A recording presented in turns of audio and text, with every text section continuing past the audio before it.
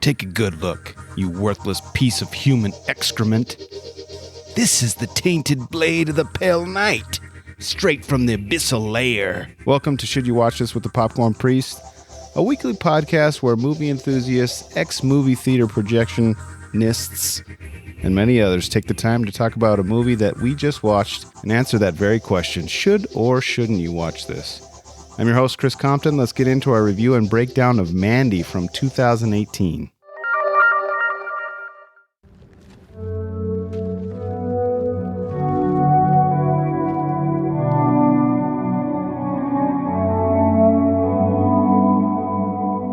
Under the crimson, primordial sky, the wretched warlock reached into the dark embrace. His fist closed around the serpent's eye. Strange and eternal.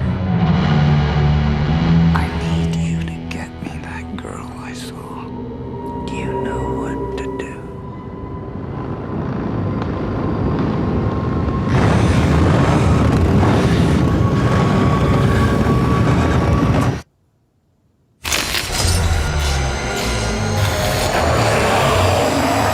You're a special one, Mandy. I, too, am a special one.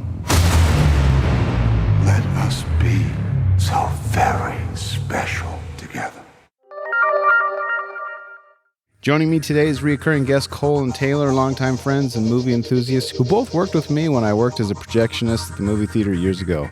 Happy to have them on this week's breakdown of Mandy from 2018. The description for this one is: the enchanted lives of a couple in a secluded forest are brutally shattered by a nightmarish hippie cult and their demon biker henchmen, propelling a man into a spiraling, surreal rampage of vengeance. Whew. Directed by Panos Cosmatos. His dad directed Rambo First Blood Part 2, so he has a special place in my heart. Runtime for this one is 2 hours, 1 minute. It's not rated, and that's for sure. Genre on Rotten Tomatoes says mystery and thriller, horror. Top billed stars Nicolas Cage, Andrea Riseborough, and Linus Roach. I think he's the cult leader. IMDB gives this a 6.5 out of 10 from 64,000 reviews. Rotten Tomatoes gives this a 90% from the critics and 66% from the rest of us, and I can see why. It's kind of silly. Well, not silly. It's crazy, and I think a lot of people probably might have problems with it, but we'll get into it in the breakdown. So that 90% from Rotten Tomatoes is 245 critic ratings, and the 66% is from 2,500 plus audience reviews. On a $6 million budget, this one made a worldwide box office haul of $1.5 million. That's sad. If you have a current library card, you can stream this for free right now on Hoopla. Or if you, that's spelled Hoopla. Or if you have a Shudder subscription, which is strictly horror movies, it's on there. Or of course you can rent or buy it. For the best option is, in my opinion, getting physical media. But before you do, let's get into the hottest segment on podcasting in America. Should or shouldn't you watch this? 5 reasons why you should watch this. Number 1, if you're a fan of the unhinged, crazed Nick Cage, this is for you. Number 2, if you want to see the craziest freak out moment from Nick Cage I'm aware of, this is for you. Number 3, if you don't mind watching something that leaves you feeling like you were on an acid trip. I'm speculating here as I have not taken acid, but I would imagine this is how you would feel. This is for you. Number 4, if you want to see some terrifying cult characters that are so scary, in my opinion, this is for you. And number 5, last but not least, if you want to be transported to a world that is all its own through synth and uber tense score by Johan Johansson, who also did the music for Sicario and Arrival, who unfortunately has passed away, and this was one of his last music credits. Credits? I just said credits. Credits. He died of an accidental overdose of cocaine. We will miss you, Johan Johansson. At this point, there may be some spoilers up ahead, so if you want to watch and then come back and join us for our breakdown of Mandy from 2018, or if you didn't like any of the above, should you or shouldn't you watch this, you might want to just listen to the review and move on to something else. It's not for everyone. You've been warned. Popcorn trivia. More than most movies, it's hard to know where to begin with an appreciation or critique of Panos Cosmatos, Mandy. It's a really difficult film to capture tonally and even narratively in a review, largely because it is such a stylish, visceral experience that it demands you give yourself over to it actively instead of passively analyzing it. On one hand, it's a thriller of sorts, a vengeance piece about a man killing those who destroyed his life. But man, does that not really capture the experience of this movie? This was a review from Brian Tallerco on RogerEbert.com.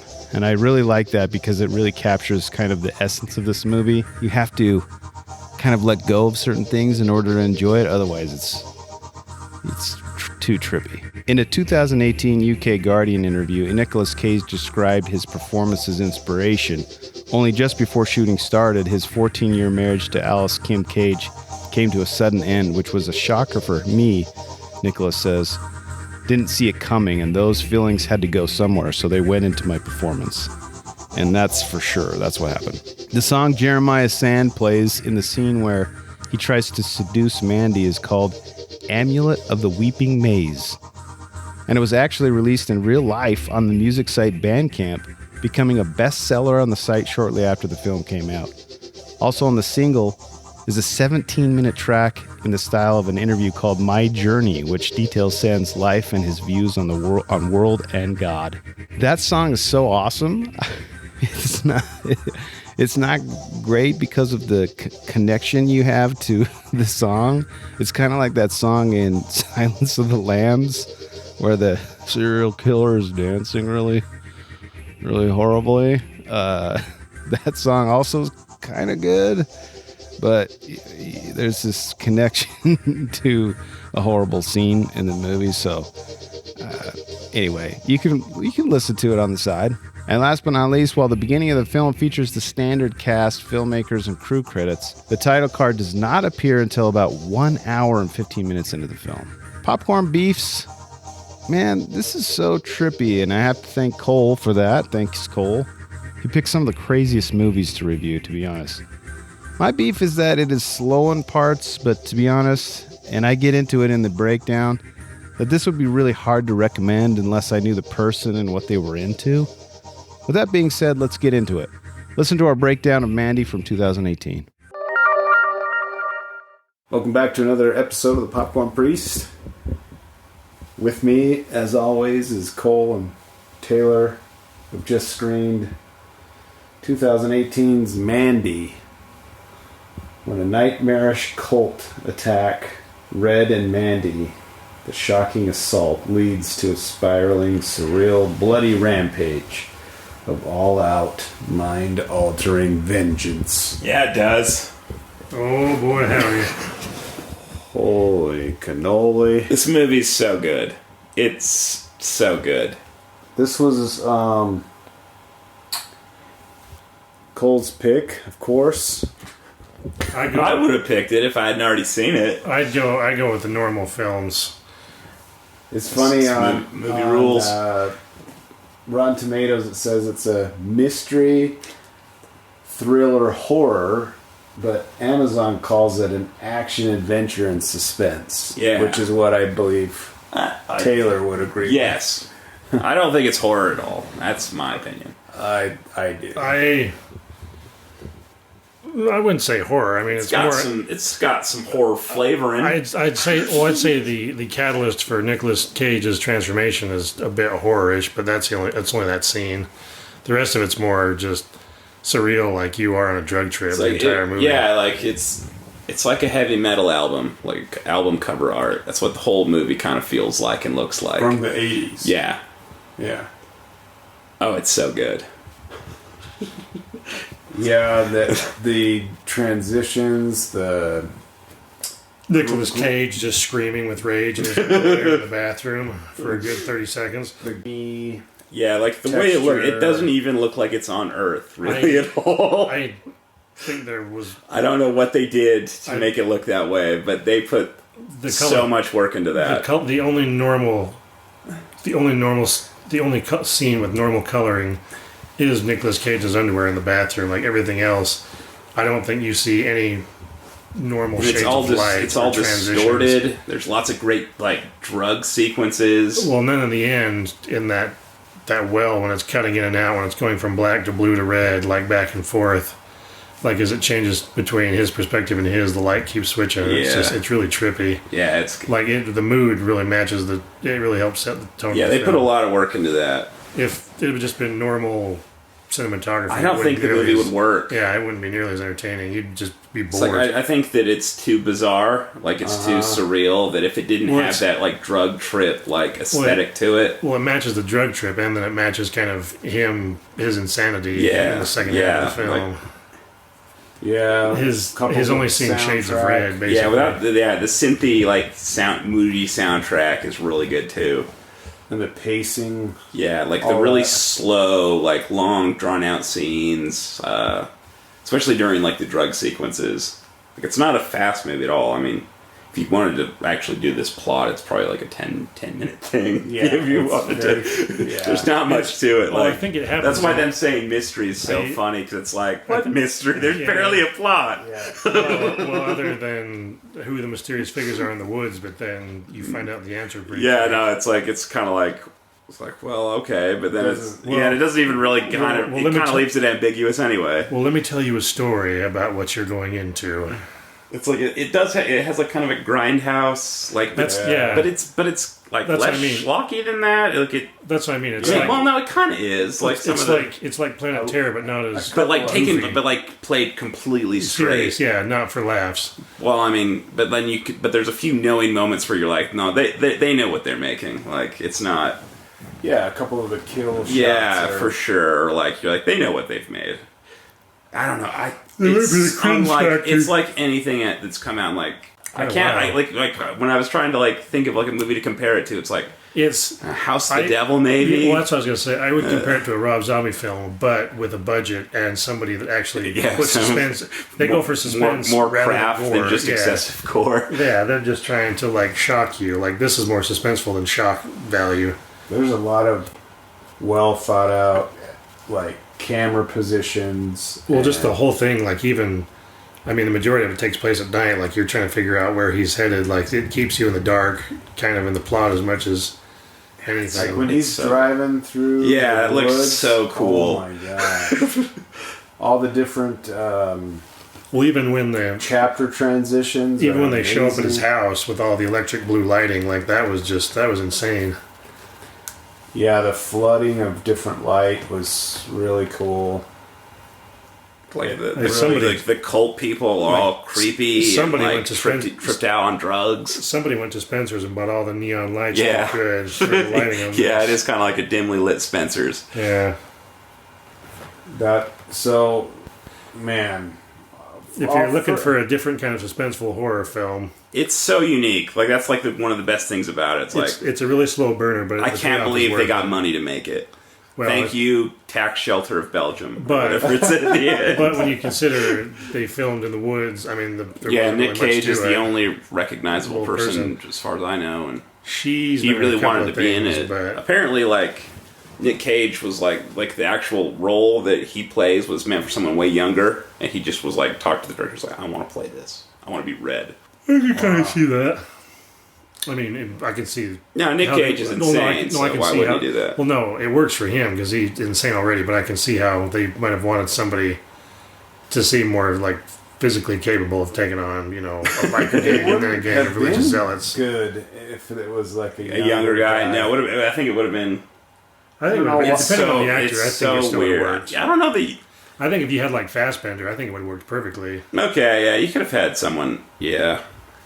This is meant for Nicolas Cage. It's so good. Somebody that's good with frustration. It's so good. His weird eye. He's just his weird everything. His looks. His freakouts and his just, like, he goes into this rage mode in this. It's so good. Snorting a broken piece of glass full of cocaine. All the drugs in this are great. Like, all the acid trips. It's so good. There's nothing else. There's nothing like it. I don't know what It's so weird. This film. It's hard to even describe what it's about. It's like, I don't know. They're in hell, but not. it's basically, it's like you're in purgatory. Yeah, it's weird. It's like an altered state. Like it's a parallel dimension. Yeah, I mean, it doesn't feel like Earth at all. Yeah. Like. And like the weird, like, fantasy stuff. Fantasy painting in the background, but it's and she's real. like in like the Mandy was reading some fantasy like novel with some crazy thing, and then there's the dream sequences that are hand drawn throughout it, animated. Yeah, and it's just like so cool.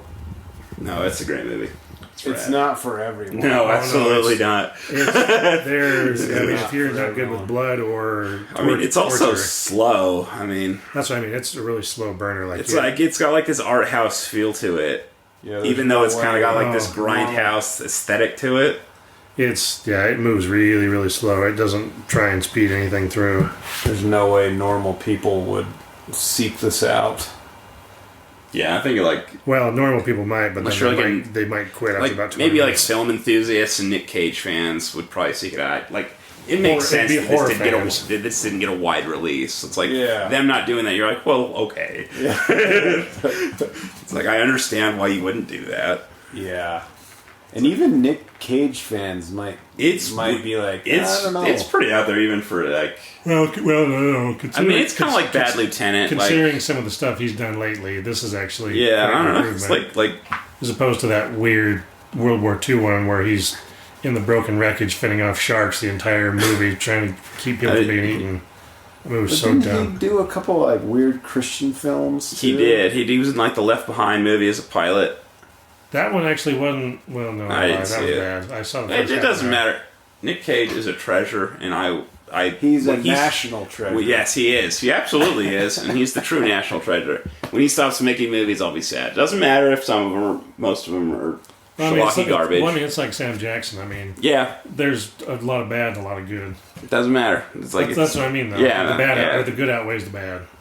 Yeah, they gotta make money. Yeah, that's fine. And he had some money problems. And he has spending issues, and that's fine. And I thank Samuel L. Jackson for always telling me about Capital One and how my credit card is with the points. I've done websites for adult diapers. Sometimes you just gotta make we need to look up like Japanese Nick Cage commercials where they just have American celebrities just him selling like watches. That's what's weird. That's what's weird about Nicolas Cage. There's like some with Arnold Schwarzenegger. Oh man, those are so great to look at. Just like look them up on YouTube. It's like celebrities. But yeah, Nick Cage is a treasure. I will defend him to the death. I'll give this a medium bucket, but only for those who want to go down this rabbit hole. No. It's your rating, not for your rating is for you. They judge your rating based on how you liked it and how you liked other films. You're not giving them a rating. I'm going to give my rating billion trillion stars, a gazillion trillion stars. I'll give it a lower rating because I don't know. I mean, I like it, but I don't know. This was based on your viewing. They're basing their viewing on how you liked it, not what you think. I wouldn't recommend this to most people. Yeah, that's what I'm saying. But that doesn't mean it's not a billion trillion gazillion stars. Would you watch it again? I don't think I would. So then what would you base your rating upon that knowledge? See, I was amped to see it again, so that's where I'm at. This is Taylor's second screening, and he seemed to enjoy it just as much the second time. Whereas I knowing what happens, could definitely watch it again I think the aesthetic. I could put it on mute and probably watch it again. Yeah, I really like the way it looks. No, you can watch it on mute with that cool synth. That's true. You're missing out on the synth. But I'm more color than sound, so I could definitely put it on mute and just watch the cinematography. Yeah, I want to know. I want to know who did all that. If it was just the director, it's such a weird movie to come out of nowhere. That's a good question, Cole. I think these kind of movies for me, I wouldn't go watch this by myself. I would like to experience it with other people. I'm glad that we forced you to see it. Who haven't seen it. And I wouldn't mind watching something like this around like Halloween. just because it's like, but get in the mood for. But we're talking about this particular show, though. So would you watch this again by yourself, or would you watch it with other people? I would watch it with other people. Okay. Just to see, because have you guys seen The Reanimator? Yeah, we watched it here. Oh yeah, the movie's rad. It's like the H.P. Lovecraft one? That one's definitely more humorous than this. I know. Look up the.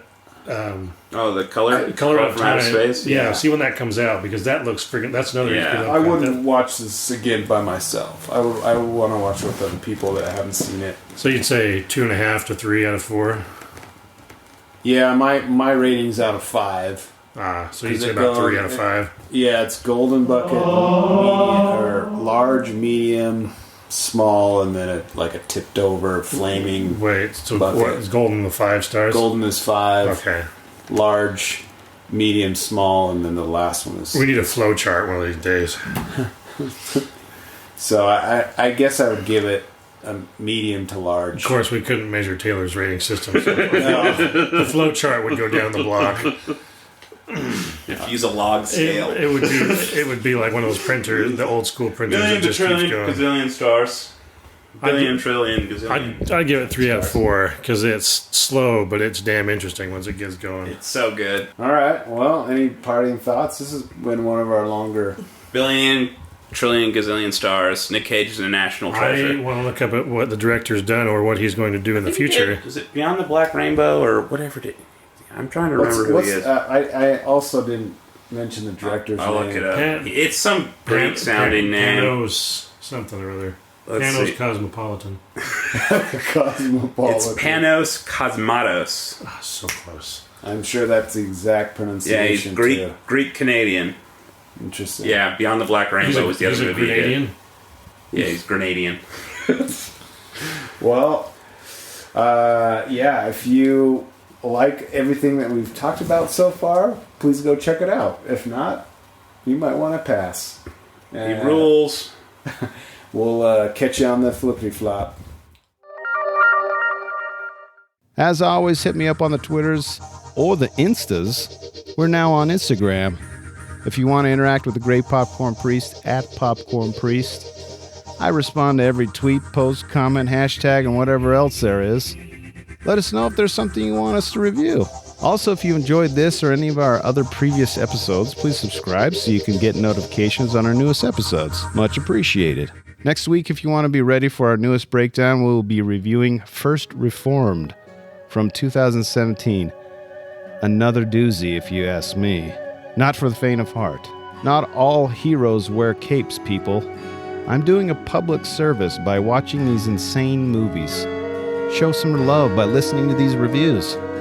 As always, this has been Should You Watch This with the Popcorn Priest. And for Cole and Taylor, thank you for joining us. We'll see you next week. Every seed that gives us life, every man must take a wife. Only one sun never shines, only one sun, yours and mine. Jeremiah Sand was a righteous man whose heart was full of love. He wandered the land on the shifting sands, searching for a dove.